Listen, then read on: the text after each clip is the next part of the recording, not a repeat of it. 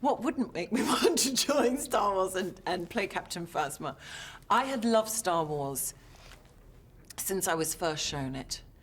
I think I was around 6 years old when my family showed it to me, and I fell in love with the film. There were so many unusual elements, things that I didn't feel I'd seen before in other films. I remember even at that very young age, seeing Princess Leia and being so in a state of rapture due to her strength, her wit, her determination, and thinking, that's unusual. I don't really see women like that in the things that I watch, even at that very young age, and thinking, I like it, and I like her, and I want to be like her. That was, you know, I was thinking back about this recently, that was quite a significant moment. I also remember saying, when I was very little, I want to be in a Star Wars film, and being told, well, they don't make them anymore. And so when I heard that they were making them again, this was happening again, and that J.J. Abrams would be directing, I wanted to be in it more than anything. I'd really loved Super 8. I'd really loved what J.J. did with the Star Trek movies. I just felt like this beloved series of films, that this would be in safe hands. And I really wanted to work with J.J. So when I heard that they were going to be casting for the films, I was just like a dog with a bone. I would not let it go. And I went on and on and on about it. For probably about 6 months, I went on about it until finally, probably someone just was like, gave in, had enough, couldn't take it anymore. And I was lucky enough to get a meeting. And after that, when I found out fully about the character and about what the costume was and what this character truly was, then I was so excited. Right. And I felt that it was such a modern idea to have... Captain Phasma is Star Wars' first on-screen female villain, I believe.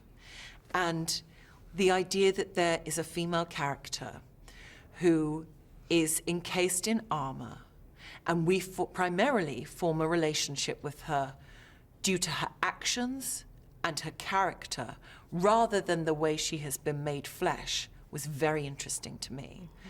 And for there to be a woman depicted in that way in a Star Wars movie felt truly progressive to me. And I realized quite how lucky I was. I didn't really think about bringing femininity to the role.